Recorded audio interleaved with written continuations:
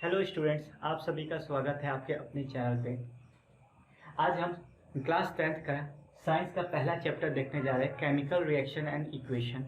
इसमें बेसिकली हम बैलेंस करना सीखेंगे। और हाँ, बैलेंस का एक सेपरेट वीडियो है जो कि लिंक में दिया रहेगा, आप उसमें जाके चेक कर सकते हो कि कैसे रिएक्टेंट और प्रोडक्ट में नंबर ऑफ आइटम्स को इक्वल करते हैं। ठीक, तो चलिए हम शुरू करते हैं। जैसे केमिकल रिएक्शन दिया हुआ है, तो केमिकल रिएक्शन क्या होता है? एक्चुअली दो एलिमेंट या कंपाउंड जब आपस में रिएक्ट करते हैं तो एक नया प्रोडक्ट फॉर्म करता है, तो उसको कहते हैं केमिकल रिएक्शन। जैसे कि एग्जांपल हमने बेसिक बचपन में सीखा था कि कार्बन को अगर ऑक्सीजन के प्रेजेंस में बर्न किया जाए तो वो क्या बनाता है? CO2, carbon dioxide. ठीक है, या हाइड्रोजन को ऑक्सीजन के प्रेजेंस में किया जाए तो ये बनाता है वाटर मॉलिक्यूल्स H2O। अब यहाँ पे दो हाइड्रोजन, दो ऑक्सीजन, एक ऑक्सीजन, तो दो बनाने के लिए क्या कर देंगे? 2। फिर यहाँ पे क्या हो जाएगा? 2। तो ये हो जाएगा बैलेंस। तो इस पे जैसे बैलेंस करने वाला एक सेपरेट वीडियो मैंने बनाया हुआ है, उसमें आप पूरा चेक कर सकते हो कि किस तरह से बैलेंस किया जाता है इक्वेशंस को। तो ये हो गए केमिकल रिएक्शंस। इनमें दो चीजें होती हैं, एक रिएक्टेंट होता है और एक प्रोडक्ट होता है। दैट मीन्स अगर एरो के लेफ्ट साइड वाला देखा जाए तो ये रिएक्टेंट है। दो या दो से ज्यादा रिएक्टेंट, दो या दो से ज्यादा अगर केमिकली रिएक्ट करते हैं तो एक नया प्रोडक्ट बनाता है। ठीक है, तो ये चीज हो गया आपका क्या? Chemical reaction.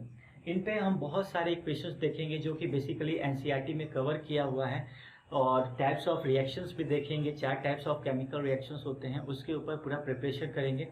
और इस चैप्टर में टाइप्स ऑफ इक्वेशन बहुत इंपॉर्टेंट है, क्योंकि हर साल, इस साल अगर 2020 की बात किया जाए तो बहुत सारे पूछे हुए क्वेश्चंस इसमें। ठीक है, तो टाइप्स ऑफ रिएक्शंस बहुत इंपॉर्टेंट है। हम शुरू करते हैं और कुछ और एग्जांपल्स देखते हैं केमिकल रिएक्शन का। केमिकल इक्वेशन में ये दो रिएक्शंस देखे जाए जो कि बहुत इंपॉर्टेंट है और क्वेश्चंस में कहीं ना तो कहीं पूछे जाते हैं। जैसे देखिए, बोला हुआ है कि कार्बन मोनोऑक्साइड को हाइड्रोजन के प्रेशर में अगर रिएक्ट करवाया जाए under the pressure of 300 ATM, तो आपको एक नया प्रोडक्ट मिलेगा जिसका नाम CH3OH। ये अल्कोहल का ग्रुप है। ठीक है, फिर देखिए, ये आपका रिएक्शन आपने हमेशा पढ़ा है, ये फोटोसिंथेसिस के बारे में है। तो फोटोसिंथेसिस के बारे में अगर आपका रिएक्शन है तो फोटोसिंथेसिस से आप समझते हैं कि प्लांट क्या करता है? कार्बन डाइऑक्साइड लेता है, वाटर लेता है, और वहां से वो क्या करता है? एक ऑर्गेनिक सब्सटेंस बनाता है जिसका नाम है ग्लूकोज। ओके, ये है ग्लूकोज। तो देखिए, कार्बन डाइऑक्साइड वाटर के प्रेजेंस में जब रिएक्ट करता है तो यहाँ पे एक ग्लूकोज फॉर्म करता है, ये ऑर्गेनिक कंपाउंड है। ठीक है, तो ये ग्लूकोज ऑक्सीजन निकालता है और फिर वाटर आता है H2O। ठीक, तो इस तरह से हम करते हैं क्या? बैलेंस करते हैं। और ये आपका फोटोसिंथेसिस। अगर देखिए, अभी आपके बुक में एक चीज दिया होगा, फोटोसिंथेसिस और रेस्पिरेशन का कॉन्सेप्ट दिया होगा, और उसमें एक्सोथर्मिक और एंडोथर्मिक की बात की होगी। तो एक्सोथर्मिक और एंडोथर्मिक क्या होता है? एंडोथर्मिक मतलब क्या? जिसमें हम एनर्जी गेन करते लेते हैं। ठीक है, जैसे कि आपने कुछ बॉयल करने के लिए किया हुआ है तो वहां पे बर्नर जलाते हैं, तो बर्तन में वो क्या करता है? हीट डेवलप होता है, तो वो क्या करता है? एब्जॉर्ब कर रहा है, हीट को एब्जॉर्ब कर रहा है, तो वो हो गया आपको एंडोथर्मिक। ठीक है, एंडोथर्मिक, एंडोथर्मिक। और फिर आता है एक एक्सोथर्मिक। एक्सोथर्मिक क्या होता है? जिसमें एनर्जी रिलीज होती है, एनर्जी रिलीज होती है। जैसे कि आपने बेसिक घर में भी देखा होगा कि जब व्हाइट वॉश होता है तो उसमें आप जब चूना पानी में मिलाते हो तो एक हीट निकलता है। ठीक है, तो वो हो जाता है एक्सोथर्मिक। या आप एसिड को किसी भी चीज में डालते हो तो एक हीट निकलता है, तो वो होता है एक्सोथर्मिक। तो यहाँ पे कॉन्सेप्ट दिया होगा कि कौन सा रेस्पिरेशन या फोटोसिंथेसिस, कौन इसमें एंडोथर्मिक है या एक्सोथर्मिक है। तो आप यहाँ से जनरली सोच सकते हो, जैसे फोटोसिंथेसिस ये क्या करता है? एनर्जी को स्टोर कर रहा है। ठीक है, एनर्जी को स्टोर कर रहा है, दैट मीन्स फोटोसिंथेसिस क्या हो जाएगा? एंडोथर्मिक। ठीक है, तो फोटोसिंथेसिस आपका हो जाएगा एंडोथर्मिक। अगर एक्सोथर्मिक की बात करते हैं, ठीक है, एक्सोथर्मिक, तो रेस्पिरेशन में क्या होता है? हम ऑर्गेनिक फूड लेते हैं। ओके, ऑर्गेनिक फूड लेते हैं, उसके बाद वो क्या होता है? डाइजेस्ट होता है और वहां से हमें एनर्जी मिलता है, तो इसको हम कहते हैं एक्सोथर्मिक। तो ये कॉन्सेप्ट है, ये छोटे छोटे पॉइंट्स याद रखिएगा कि फोटोसिंथेसिस क्या है? एंडोथर्मिक, और रेस्पिरेशन क्या है? एक्सोथर्मिक। इसके बारे में ध्यान रखिएगा।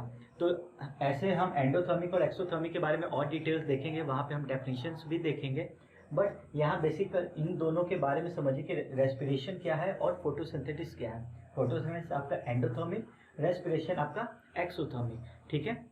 और कुछ इसमें रिएक्शंस हम देखते हैं और फिर शुरू करते हैं टाइप्स ऑफ केमिकल रिएक्शन। अब देखिए फोटोसिंथेसिस का तो आप रिएक्शन देख रहे हैं, इसी का अगर रेस्पिरेशन का करना हो तो यहाँ से ऑर्गेनिक फूड को आप इनटेक करिएगा, ऑक्सीजन के प्रेजेंस में वो बर्न करेगा, तो उसके बाद प्रोडक्ट्स निकलती हैं, जैसे कार्बन डाइऑक्साइड निकलता है, H2O निकलता है, वाटर निकलता है। तो इसी का जस्ट अपोजिट क्या हो जाएगा आपका रिएक्शन रेस्पिरेशन का, ठीक है। चलिए अब हम शुरू करते हैं टाइप्स ऑफ केमिकल रिएक्शन के बारे में, ठीक है। तो हमें बेसिकली 4 टाइप्स पढ़ने हैं, combination reaction, decomposition reaction, displacement reaction, double displacement reaction. हम एक एक टॉपिक को पूरी तरह से कवर करेंगे। पहले हम जनरली इसको समराइज करके देखते हैं कि होता क्या क्या है। देखिए जैसे नाम है कॉम्बिनेशन रिएक्शन, ठीक है। कॉम्बिनेशन रिएक्शन का मतलब क्या होना, किसी चीज को कंबाइन करना। दैट मीन्स अगर 2 रिएक्टेंट है ए और बी, ठीक है, कंबाइन करके थर्ड फॉर्म बना रहा है, तो ये हो जाएगा कॉम्बिनेशन रिएक्शन। जैसे सिंपल सा मैग्नीशियम या कार्बन के टर्म में भी आपने देखा कि कार्बन ऑक्सीजन के प्रेजेंस में जब होता है तो क्या बनाता है, कार्बन डाइऑक्साइड बनाता है, तो वो क्या हो रहा है, कंबाइन हो रहा है। या आप मैग्नीशियम अगर ऑक्सीजन के प्रेजेंस में जल रहा है तो उसको कहते हैं मैग्नीशियम ऑक्साइड, ठीक है। तो ये क्या हो रहा है, कंबाइन हो रहा है। अभी इसके बारे में हम पूरा डिटेल देखेंगे, एक एक रिएक्शन के बारे में डिटेल देखेंगे, बस अभी थोड़ा सा ओवरव्यू ले रहे हैं। डिकम्पोजिशन रिएक्शन, डिकम्पोजिशन क्या होता है, जैसे नाम में ही है डिकम्पोज होना, ठीक है, कोई चीज ब्रेक हो जाना। तो यहाँ डिकम्पोजिशन क्या होता है, ए को हम कोई मेथड दें, हीट दे देते हैं, इलेक्ट्रिसिटी प्रोवाइड करवाते हैं, ठीक है, या सनलाइट देते हैं, तो वहां पे क्या होता है, वो ब्रेक हो जाता है। बी और सी 2 या 2 से ज्यादा कंपोनेंट में भी हो सकते हैं, ठीक है। तो ए क्या होता है, डिकम्पोज हो जा रहा है। अब ये 3 मेथड के द्वारा हमें बुक में दिया हुआ है, कौन कौन से है, एक तो हो गया थर्मल जिसमें हम हीट यूज कर रहे हैं, दूसरा हो गया इलेक्ट्रोलिसिस जिसमें हम इलेक्ट्रिसिटी प्रोवाइड करवा रहे हैं, ठीक है, और थर्ड आपका हो जाएगा सनलाइट जिसमें आपको एक एनर्जी प्रोवाइड करवाई जा रही है, ठीक है। तीनों के बारे में हम डिटेल से देखेंगे। डिस्प्लेसमेंट, डिस्प्लेसमेंट क्या हो रहा है, इसमें एक हाईली रिएक्टिव मेटल क्या करता है, लो रिएक्टिव मेटल को डिस्प्लेस कर देता है। जैसे कि मान लेते हैं कोई रिएक्शन है ए बी, ठीक है, और यहाँ पे हाईली रिएक्टिव मेटल है, वो क्या करेगा, जैसे सी क्या है, इसको ब्रेक करके ए को रिमूव कर देगा और यहाँ पे ये बन जाएगा, ठीक है, Cb प्लस ए, ओके। तो सी बी, ठीक है, तो यहाँ पे क्या होगा, सी जो है हाईली रिएक्टिव होना चाहिए ए के कंपेयर में, ओके। डबल डिस्प्लेसमेंट क्या होता है, अब इन दोनों में डिफरेंस को भी समझिए। पहले हम डबल डिस्प्लेसमेंट को देख लेते हैं। डबल डिस्प्लेसमेंट क्या होता है, मान लीजिए कोई कंपाउंड है ए बी, ठीक है, और एक सी डी है। अब इसमें क्या है, ऑब्वियसली ये पॉजिटिव नेगेटिव, ये पॉजिटिव नेगेटिव होगा, तो इसमें क्या होगा, आयंस का एक्सचेंज होगा। दैट मीन्स सी जो है इसके साथ रिएक्ट कर जाएगा बी के साथ, और ए जो है डी के साथ रिएक्ट कर जाएगा। दैट इज यानी आपका जो प्रोडक्ट बनाएगा तो वहां पे क्या बनाएगा, एक सी डी बनाएगा, सॉरी सी बी बनाएगा, और एक रिएक्शन बनाएगा आपका ए डी, ठीक है। तो सी बी और ए डी बनेगा। तो यहाँ इनमें एक जो होगा वो आपका क्या होगा, प्रेसिपिटेट बनाता है। प्रेसिपिटेट होता है, प्रेसिपिटेट क्या होता है, जैसे मान लीजिए शुगर सॉल्यूशन आप करते हो तो कभी कभी उसमें कुछ कुछ मॉलिक्यूल्स नजर आते हैं, जैसे डस्ट हो सकता है, कुछ भी हो सकता है, तो प्रेसिपिटेट हो गया, ठीक है, जो इनसॉल्युबल होता है।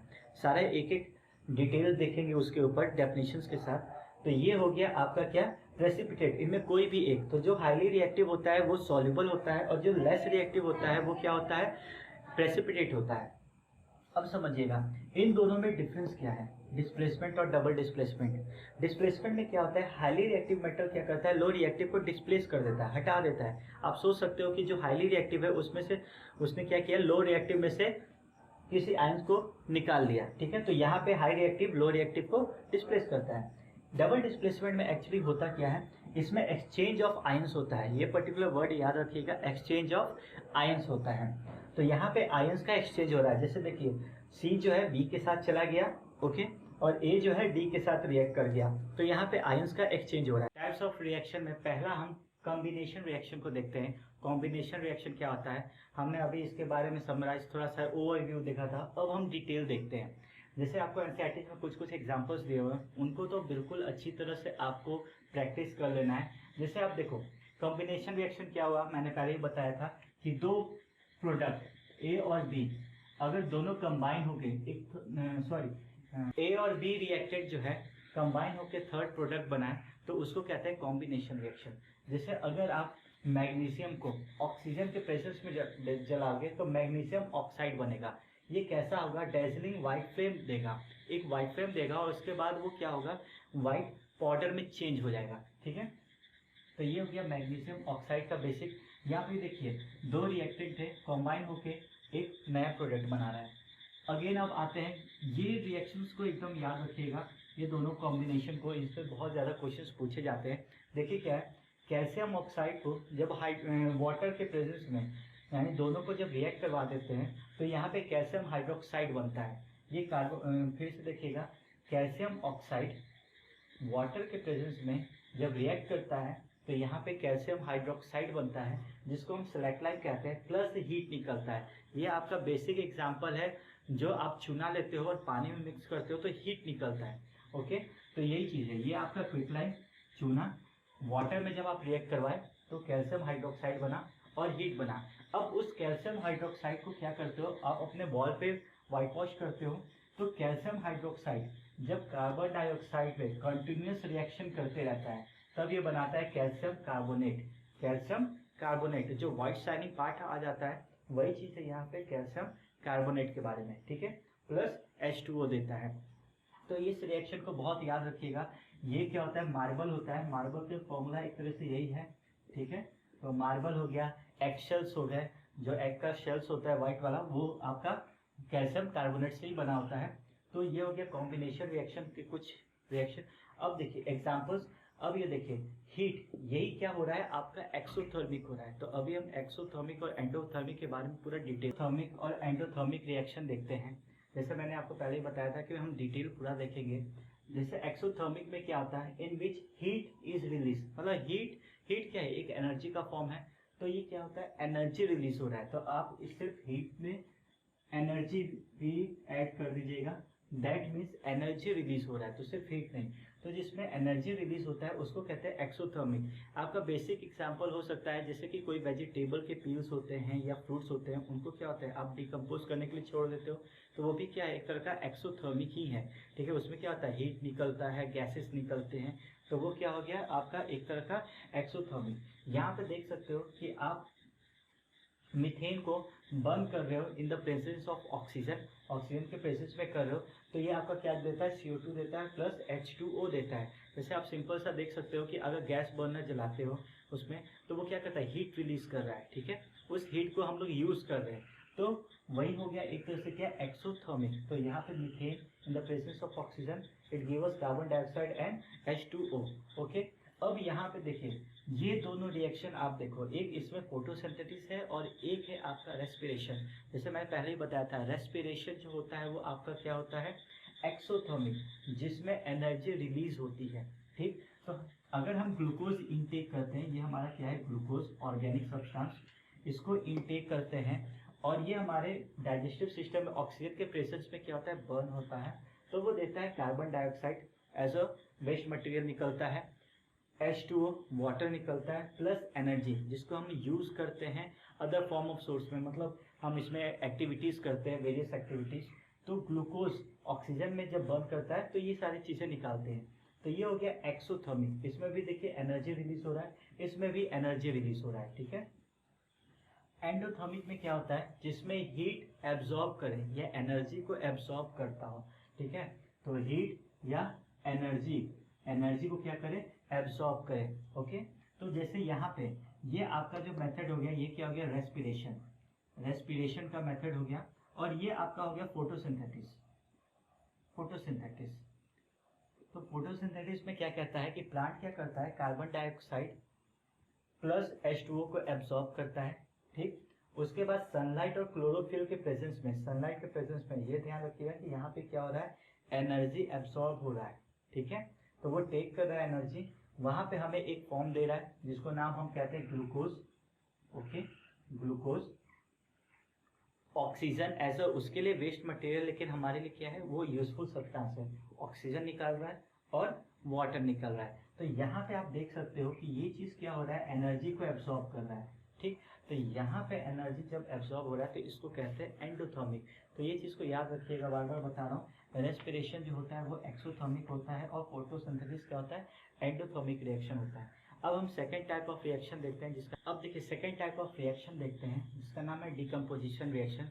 डिकम्पोजिशन रिएक्शन मैंने जैसे पहले ही बताया है कि कोई भी एक रिएक्टेंट है या कंपाउंड है, उसको अगर हीट देते हैं या इलेक्ट्रिसिटी सप्लाई करते हैं यानी एनी फॉर्म ऑफ एनर्जी देते हैं तो क्या होता है, दो या दो से ज़्यादा में ब्रेक हो जाता है, स्प्लिट हो जाता है। तो इसको कहते हैं डिकम्पोजिशन सब्सटेंसेस। अब डिकम्पोजिशन रिएक्शन, अगर इसके ऊपर इन पे कुछ रिएक्शंस हैं जो आपको एनसीईआरटी में दिया हुआ है, इनके पे ऑब्जर्वेशंस को ध्यान रखना बहुत जरूरी है। जैसे यहाँ पे देखिए एक रिएक्शन दिया होगा, हाँ ये जितने भी रिएक्शंस हैं ये आपके एक्टिविटी के बेस पे है। तो सारी एक्टिविटी, जितने भी एक्टिविटी 1.12 रहेंगे उसका मैं एक सेपरेट वीडियो बना दूंगा और वो भी लिंक में रहेगा, तो आप वहाँ जाके चेक कर सकते हो। एक्टिविटीज़ बहुत इंपॉर्टेंट है, इसके बेसिस पे क्वेश्चंस भी आते हैं। तो देखिए जैसे यहाँ पे आपका फेरस सल्फेट का एक क्रिस्टल है, ठीक है, इसको जब हम हीट करते हैं मैंने पहले ही बताया है कि 3 फॉर्म ऑफ एनर्जी सप्लाई की जाती है, heat, electricity and sunlight. Okay, तो यहाँ पे जब हीट दिया गया तो वो फेरिक ऑक्साइड में ब्रेक हो गया। This one is ferric oxide, reddish brown colour के होता है ये एक तरह का। फिर आपको sulphur dioxide and sulphur trioxide, ये दोनों क्या है, गैसेस हैं। तो इसमें ये फॉर्म होता है, ये हमारा गैसेस है। ओके, तो ये दोनों गैस के फॉर्म में निकल रही हैं। तो ये हो गया आपका डिकम्पोजिशन रिएक्शन। सेकेंड होता है कैल्शियम कार्बोनेट, जैसा हमने पहले कॉम्बिनेशन, तो यहाँ पे देखिए ये जो है कॉम्बिनेशन का जस्ट रेसिप्रोकल है, उल्टा है। वहाँ पे हमने देखा था कैल्शियम हाइड्रोक्साइड कार्बन डाइऑक्साइड के प्रेजेंस में हमारा कैल्शियम कार्बोनेट फॉर्म कर रहा था। यहाँ पे क्या है कि हमें कैल्शियम कार्बोनेट है, कैल्शियम कार्बोनेट क्या है, वो लाइमस्टोन के फॉर्म में है, लाइमस्टोन, ठीक है, ये एक रॉ मटेरियल एक तरीके से। तो लाइमस्टोन के फॉर्म में है, ये यूज होता है मैन्युफैक्चरिंग कंपनीज में, सीमेंट कंपनीज में ये सब यूज होता है। तो कैल्शियम कार्बोनेट में अगर हम हीट देते हैं तो वो फॉर्म करता है कैल्शियम ऑक्साइड, ठीक है, ये एक सॉलिड है, और फिर कार्बन डाइऑक्साइड में, ठीक। तो ये चीज़ याद रखिएगा कि कैल्शियम कार्बोनेट को जब हम हीट देते हैं तो कैल्शियम ऑक्साइड बनाता है जो हमारा चूना है, जिसको हम कहते हैं क्या, क्विकलाइन। ओके, और इसके बाद क्या होता है, CO2 कार्बन डाइऑक्साइड फॉर्म करता है। थर्ड रिएक्शन है आपका लेड नाइट्रेट के ऊपर। ये भी एक एक्टिविटी से किया गया है कि अगर लेड नाइट्रेट को हीट दिया जाता है तो ये फॉर्म करता है एक तो lead oxide, okay, plus nitrogen dioxide निकलता है, ठीक है। और ये कैसे कलर का होता है, ब्राउन फ्यूम्स होते हैं, ठीक। तो ब्राउन कलर के फ्यूम्स निकलते हैं, तो जिसको नाइट्रोजन डाइऑक्साइड बोला जाता है, ठीक, वो निकलते हैं, प्लस ऑक्सीजन निकलता है। तो ये 3 रिएक्शंस को याद रखिएगा।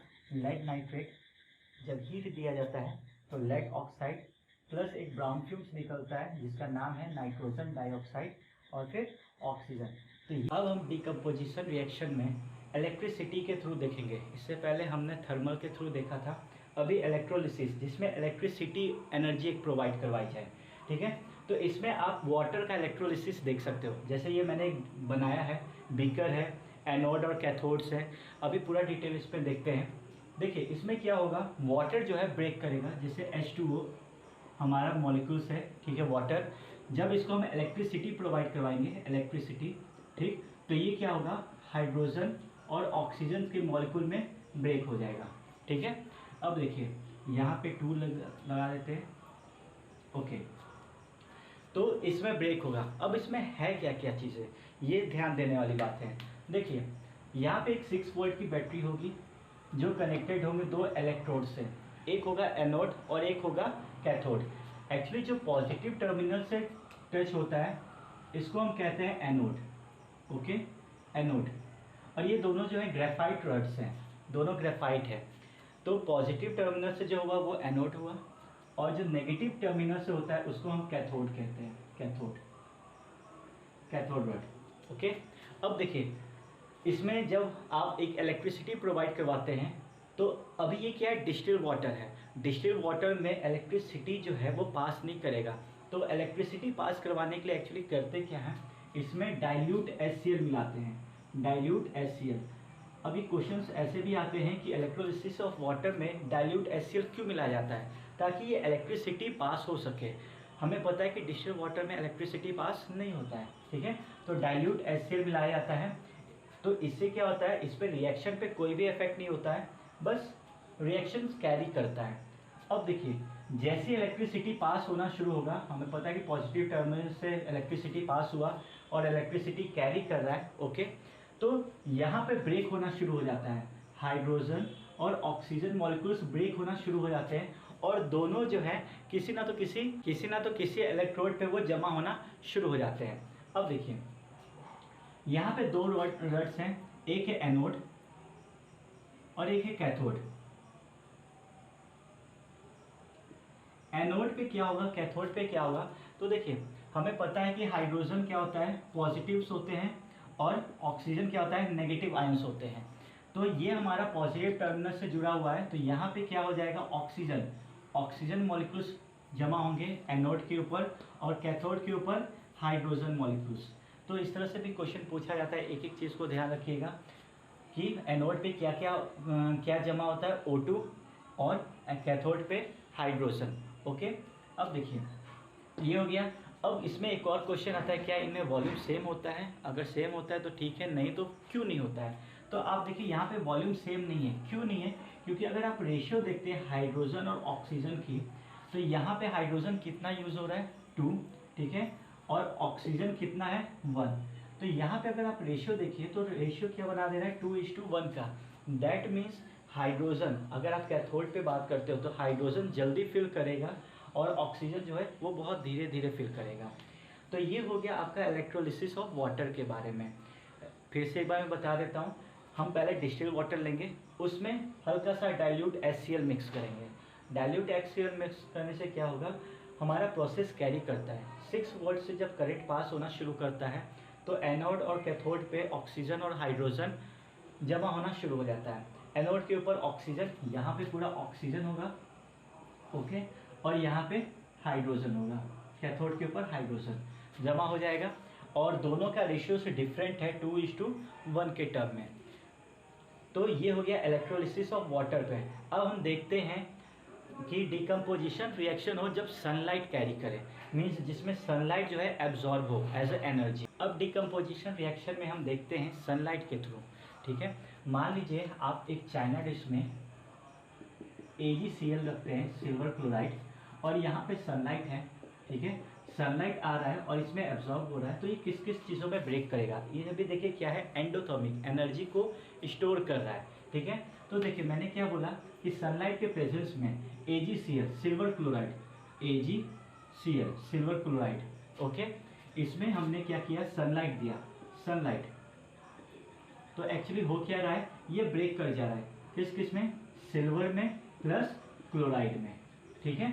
तो ये सिल्वर और क्लोराइड में ब्रेक कर जा रहा है। अभी हमने इसको क्या किया है, बैलेंस नहीं किया है, तो देखिएगा यहाँ पे हो जाएगा 2, ओके, 2, 2, तो ये हो गया बैलेंस। इसमें एक और एग्जांपल है कि जब आप सिल्वर ब्रोमाइड लेते हो, सिल्वर ब्रोमाइड Br, ओके, इसमें भी आप सेम सनलाइट दे रहे हो, ओके, सनलाइट में क्या हो रहा है, एनर्जी स्टोर हो रहा है, तो ये ब्रेक होके सिल्वर प्लस ब्रोमाइड में कन्वर्ट हो जा रहा है, ठीक है। तो इसमें भी सेम वही चीज़, तो ये हो रहा है in the presence of sunlight decomposition reaction. इसमें भी देखिए एक कंपाउंड है जो कि जब एनर्जी को स्टोर कर रहा है तो वो क्या कर रहा है, स्प्लिट हो जा रहा है, ब्रेक हो जा रहा है, तो यही हो रहा है डिकम्पोज, ठीक है, तो डिकम्पोज हो जा रहा है। अब देखिए ये पूरा प्रोसेस जो है वाइट ब्लैक फोटोग्राफी में होती है, वाइट एंड ब्लैक फोटोग्राफी में, फोटोग्राफी। अब फोटोग्राफी क्यों, बिकॉज यहाँ पे हम एक एनर्जी यूज कर रहे हैं एज अ सनलाइट, सनलाइट को हम यूज कर रहे हैं जिसकी वजह से ये नाम दिया जा रहा है फोटोग्राफी। तो आपने डिकम्पोजिशन में 3 के बारे में देख लिया, एक थर्मल हो गया, एक इलेक्ट्रिसिटी, और जो थर्ड वन है वो आपको सनलाइट के बेसिस पे। डिस्प्लेसमेंट रिएक्शन में क्या होता है, इसमें जैसे आप यहाँ पे देख सकते हो, ये आपके चैप्टर 3 में मेटल नॉन मेटल में रिएक्टिविटी सीरीज मिलेगा। इसमें क्या है, आपको रिएक्टिविटी के बेसिस पे, रिएक्शन के बेसिस पे अरेंज किया हुआ है। तो पोटेशियम सोडियम जो है वो हाईली रिएक्टिव होता है, ठीक है।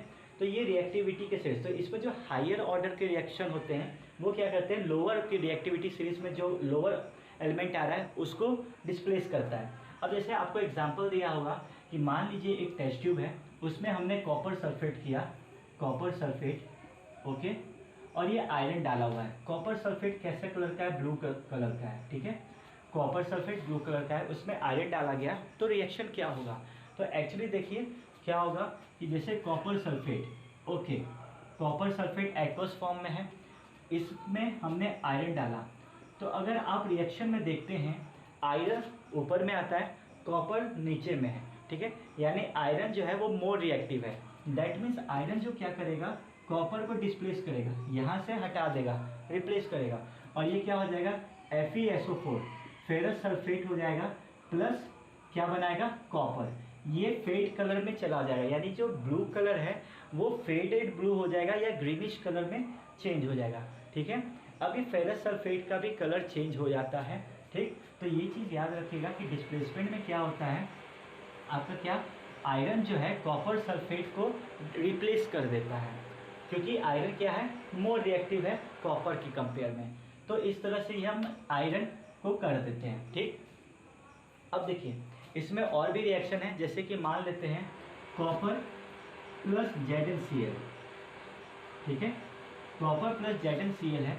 अगर आप इस रिएक्शन को कैरी करना चाहते हैं तो देखिए कॉपर क्या है लेस रिएक्टिव है और Zn जो है मोर रिएक्टिव है, तो आप समझ सकते हो कि ये जो है लेस रिएक्टिव है एज कम्पेयर टू जिंक, तो ये क्या इसको रिप्लेस कर पाएगा, आप सोच सकते हो जो मोर पावरफुल है क्या उसको कोई हटा पाएगा, तो इसको तो ये हटा नहीं पाएगा, तो यहाँ पे क्या आ जाएगा नो रिएक्शन, ठीक है। बट अगर यही चीज़ होती है जिंक प्लस कॉपर क्लोराइड, ठीक है, कॉपर क्लोराइड हो जाए तो जिंक क्या करेगा इसको रिप्लेस कर देगा, दैट मीन्स कॉपर देखिए कम है और जिंक क्या है मोर रिएक्टिव है, तो जिंक क्या करेगा इसको रिप्लेस करेगा और बना देगा ZnCl, ठीक है, प्लस कॉपर, ओके। तो ये आपका हो जाएगा डिस्प्लेसमेंट। तो आप डिस्प्लेसमेंट में याद रखिएगा जो मोर रिएक्टिव मेटल है वो लेस रिएक्टिव को वो क्या करता है डिस्प्लेस करता है। इसी तरह से एक और एग्जांपल है जैसे कॉपर का HCl के साथ, ठीक है, ये आपको सेकेंड चैप्टर में भी मिलेगा, एसिड और मेटल है, तो कॉपर जो है HCl के साथ क्या रिएक्शन करेगा, तो अगेन आप देखिएगा ये रहा कॉपर, ओके, ये रहा हाइड्रोजन मोर रिएक्टिव है, हाइड्रोजन यहाँ पे क्या है मोर रिएक्टिव है, दैट मीन्स यहाँ पे रिएक्शन होगा ही नहीं, ठीक है, तो रिएक्शन नहीं होगा। लेकिन अगर कॉपर में प्लस H2SO4 हो जाए, ठीक है, सल्फ्यूरिक एसिड हो जाए, तो अब क्या होगा कॉपर यहाँ पे 2 हाइड्रोजन आयंस है और ये कॉपर क्या करेगा इसको रिप्लेस कर देगा, तो यहाँ पे बना देगा copper sulphate plus hydrogen gas, okay. तो यही चीज़ हो गया डिस्प्लेसमेंट।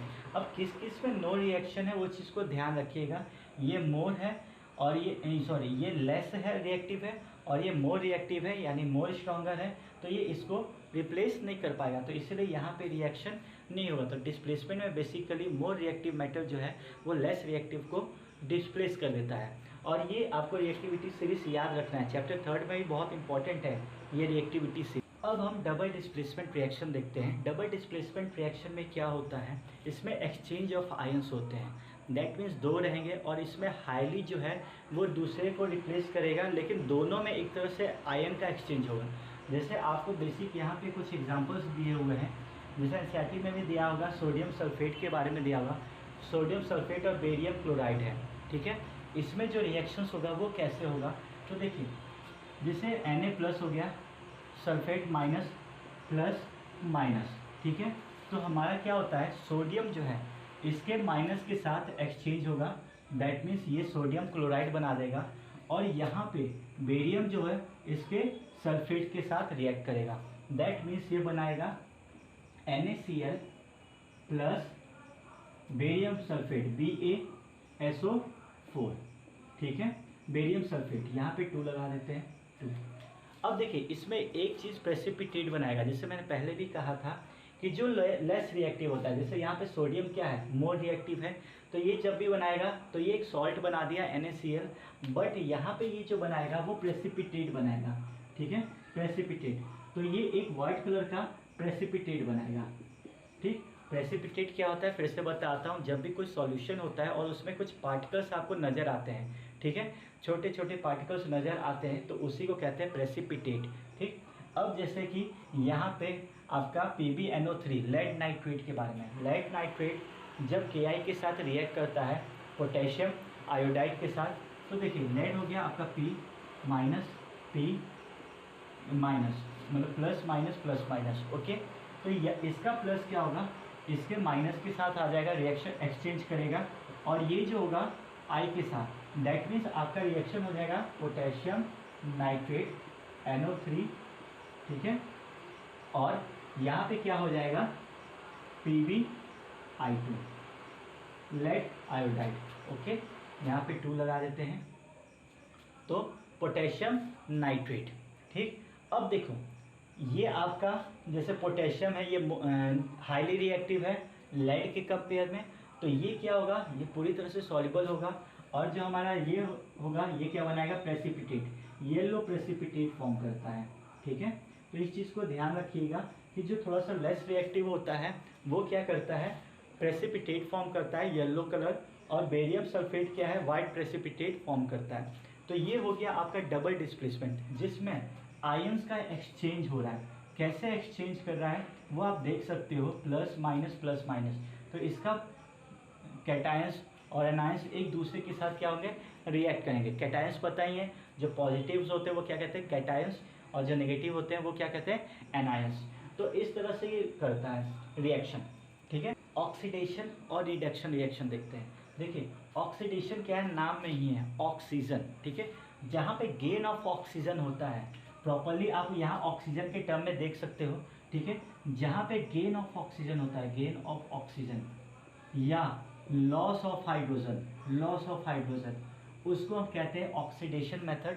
और रिडक्शन क्या होता है, जहाँ पे लॉस ऑफ ऑक्सीजन और या तो गेन ऑफ हाइड्रोजन हो, तो इसको कहते हैं रिडक्शन। जैसे आपने ऑक्सीडेशन में बहुत सारे कॉमन एग्जांपल्स देखे होंगे, जो मैं फिर से बता रहा हूँ। कार्बन को ऑक्सीजन के कंपेयर में कर रहे हैं, ठीक है, बर्न कर रहे हैं, तो क्या बना रहा है, कार्बन डाइऑक्साइड। तो आप यहाँ देख सकते हो, यहाँ पे कार्बन अकेला था बंदा, वहाँ जाके क्या किया, गेन कर लिया, तो इसको कहेंगे oxidation reaction.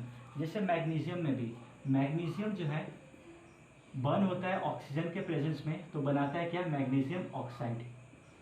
Okay, magnesium oxide, यहाँ पे 2 लगा देंगे, 2। तो मैग्नीशियम, यहाँ पे भी देखो मैग्नीशियम अकेला बंदा था, आगे जब प्रोडक्ट बनाया तो उसमें क्या हो गया, ऑक्सीजन जुड़ गया, दैट मीन्स इसने ऑक्सीजन को गेन कर दिया, तो इसको कहा जाता है ऑक्सीडेशन रिएक्शन। इसी तरह से बहुत सारे एग्जाम्पल है जहाँ पे ऑक्सीजन गेन करता है। रिडक्शन क्या होता है, रिडक्शन जहाँ पे ऑक्सीजन को क्या करे, लूज करे। एक सिंपल सी बात है, जैसे कि अगर ऑक्सीजन में बात किया जाए तो देखो जो लूज करे या हाइड्रोजन को गेन करे, तो देखो जैसे कॉपर ऑक्साइड है, कॉपर ऑक्साइड को अगर हाइड्रोजन से रिएक्ट करते हैं, ओके, और आपको मैंने पहले बताया था कॉपर लेस रिएक्टिव है, तो ये मोर रिएक्टिव है, तो ये क्या करेगा, इसको डिस्प्लेस करेगा, तो ये बनाएगा क्या, कॉपर प्लस H2O।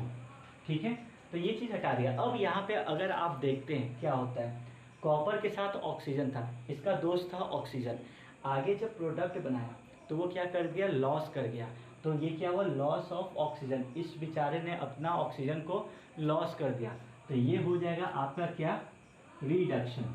ठीक है, रिडक्शन। अब देखिए इसी में होता है एक ऑक्सीडाइजिंग एजेंट और रिड्यूसिंग एजेंट, नाम ही देखते हैं, देखिए क्या है, जैसे ऑक्सीडेशन और रिडक्शन, और यहाँ पे ऑक्सीडाइजिंग एजेंट और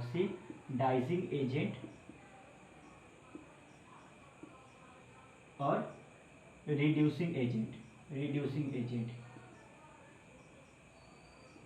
अब आप देखिएगा ऑक्सीडेशन में ऑक्सीडाइजिंग एजेंट मत करिएगा, ठीक है, ये ध्यान रखिए दोनों एक दूसरे का रेसिप्रोकल है। दैट मीन्स अगर किसी मेथड में ऑक्सीडेशन हो रहा है, ठीक है, तो उसको में एक रिड्यूसिंग एजेंट होगा, ओके, और जिसमें रिडक्शन हो रहा है वहाँ पे क्या हो रहा है, एक ऑक्सीडाइजिंग एजेंट होगा। जैसे इसमें हम देखते हैं दोनों में ऑक्सीडेशन हो रहा है, कार्बन ऑक्सीजन से बर्न कर रहा है तो वो क्या बना रहा है, कार्बन डाइऑक्साइड। तो ये क्या हो रहा है, ऑक्सीडेशन। तो कार्बन यहाँ पे क्या हुआ, रिड्यूसिंग एजेंट हुआ, ठीक है। तो कार्बन क्या हो गया, यहाँ पे कार्बन की बात करें तो carbon is a reducing agent, ठीक है, रिड्यूसिंग एजेंट। यहाँ पे मैग्नीशियम जो है वो रिड्यूसिंग एजेंट है। अब जैसे हम देखते हैं रेडॉक्स रिएक्शन, रेडॉक्स, लाल बैल, ठीक है, लाल बैल के बारे में देखते हैं। रेडॉक्स, जिस रिएक्शन में ऑक्सीडेशन और रिडक्शन दोनों हो रहा, ठीक है, ये ध्यान रखिएगा, जिस रिएक्शन में ऑक्सीडेशन प्लस रिडक्शन दोनों हो रहा उसको कहते हैं रेडॉक्स रिएक्शन। जैसे अगर आप ये रिएक्शन देखते हो, ठीक है, तो इसमें देखिए क्या है, कॉपर, कॉपर में पहले ऑक्सीजन था, वो गया अकेला बेचारा पड़ गया, रिएक्शन हुआ, बेचारे को अकेले कर दिया, मार पीट के अकेले कर दिया।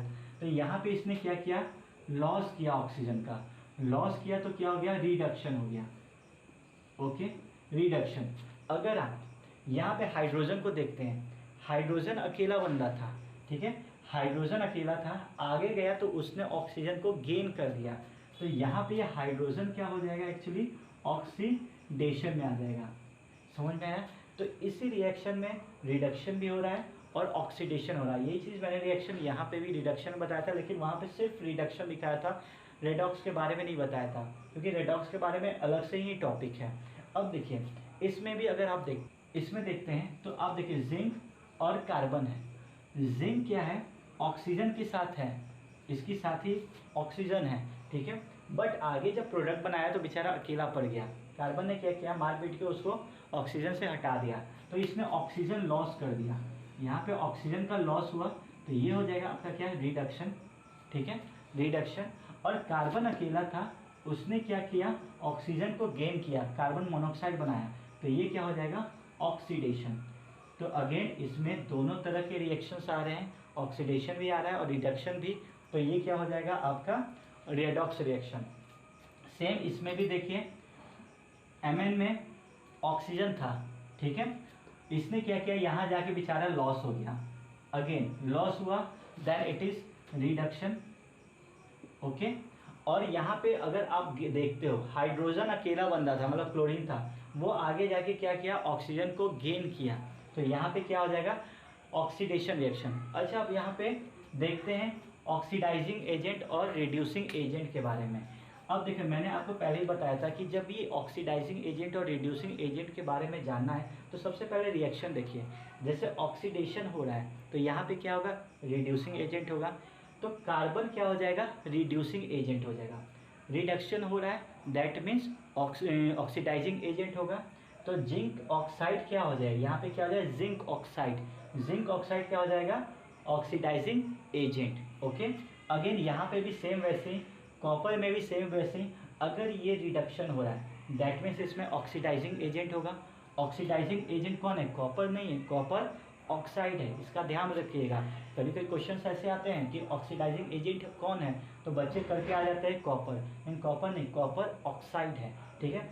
यहाँ पे क्या है, ऑक्सीडेशन हो रहा है यानी रिड्यूसिंग एजेंट है, तो हाइड्रोजन क्या हुआ, रिड्यूसिंग एजेंट हुआ। तो ये चीज़ हो गया आपका ऑक्सीडेशन और रिडक्शन के बेस पे, ठीक है। अब हम कोरोजन और रेंसिडिटी के बारे में देखते हैं, जो लास्ट टॉपिक है इस चैप्टर का, कोरोजन, ठीक है।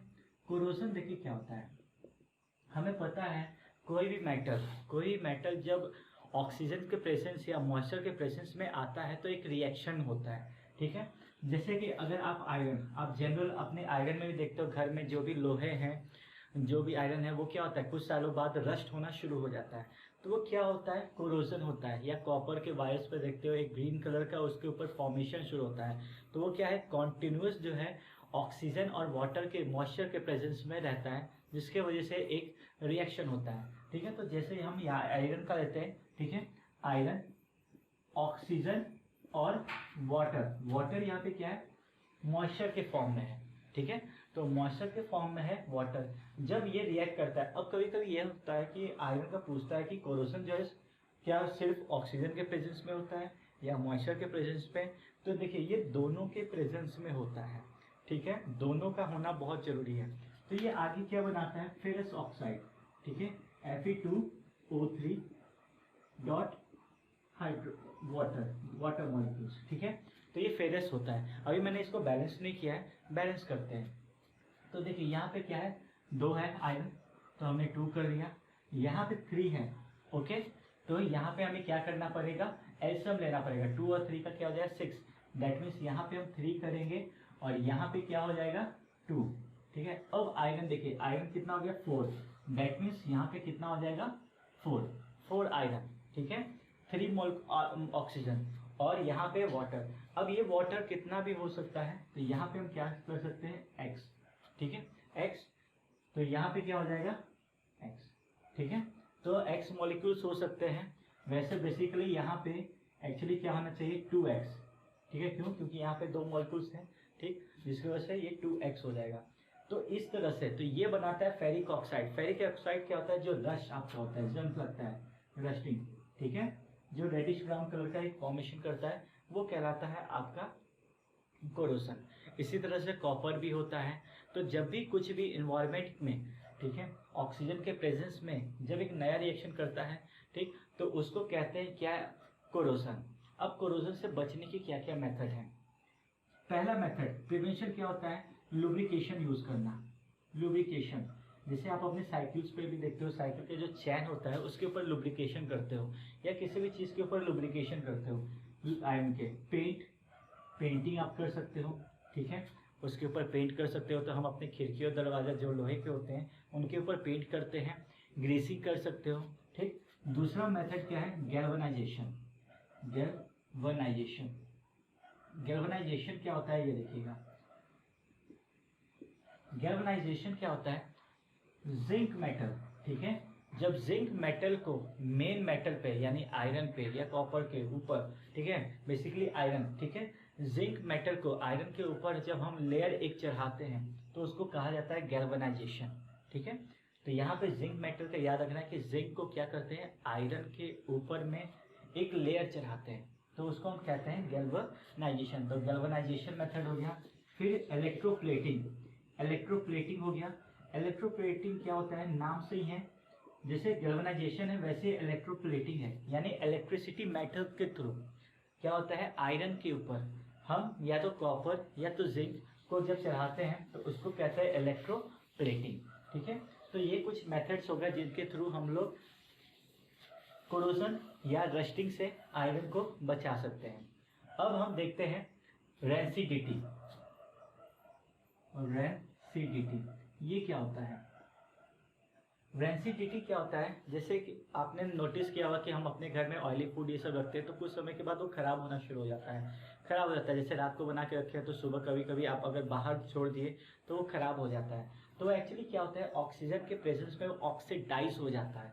तो दैट मीन्स यहाँ पे फैट मॉलिक्यूल्स, फैट या ऑयली चीजें, ठीक है, ऑक्सीजन के प्रेजेंस में ऑक्सीडाइज हो जाए, खराब हो जाए, ठीक है, तो उसको कहा जाता है रेंसिडिटी, ठीक। जैसे चिप्स के पैकेट्स में भी होता है, चिप्स के पैकेट्स को अगर चिप्स को कुरकुरे रखने हैं, मतलब रिफ्रेश रखना है, तो वहाँ पे हम यूज़ करते हैं कुछ प्रिजर्वेटिव्स, ठीक है। तो आप यहाँ पे एंटीऑक्सीडेंट यूज़ कर सकते हैं, एंटीऑक्सीडेंट्स प्रिजर्व करने के लिए, बचाने के लिए, ठीक है। दूसरा आप क्या कर सकते हो, जो मेन है नाइट्रोजन गैस, यानी चिप्स के पैकेट्स में, चिप्स या कुरकुरे ये सब के पैकेट में एक गैस होता है, देखते हो आप फाड़ते हो तो एक गैस निकलता है, ठीक है, देखते हो 5-10 रुपए में इतनी सी चिप्स आती है, तो पूरा जो पैकेट भरा रहता है वो नाइट्रोजन से। तो नाइट्रोजन क्या बेसिकली करता है, ऑक्सीडाइज होने से बचाता है। तो ये चीज़ को ध्यान रखिएगा कि रेंसिडिटी में ये दोनों प्रिजर्वेटिव मेथड्स हैं, और ऐसे बहुत सारे हैं, जैसे पिकलिंग हो गया।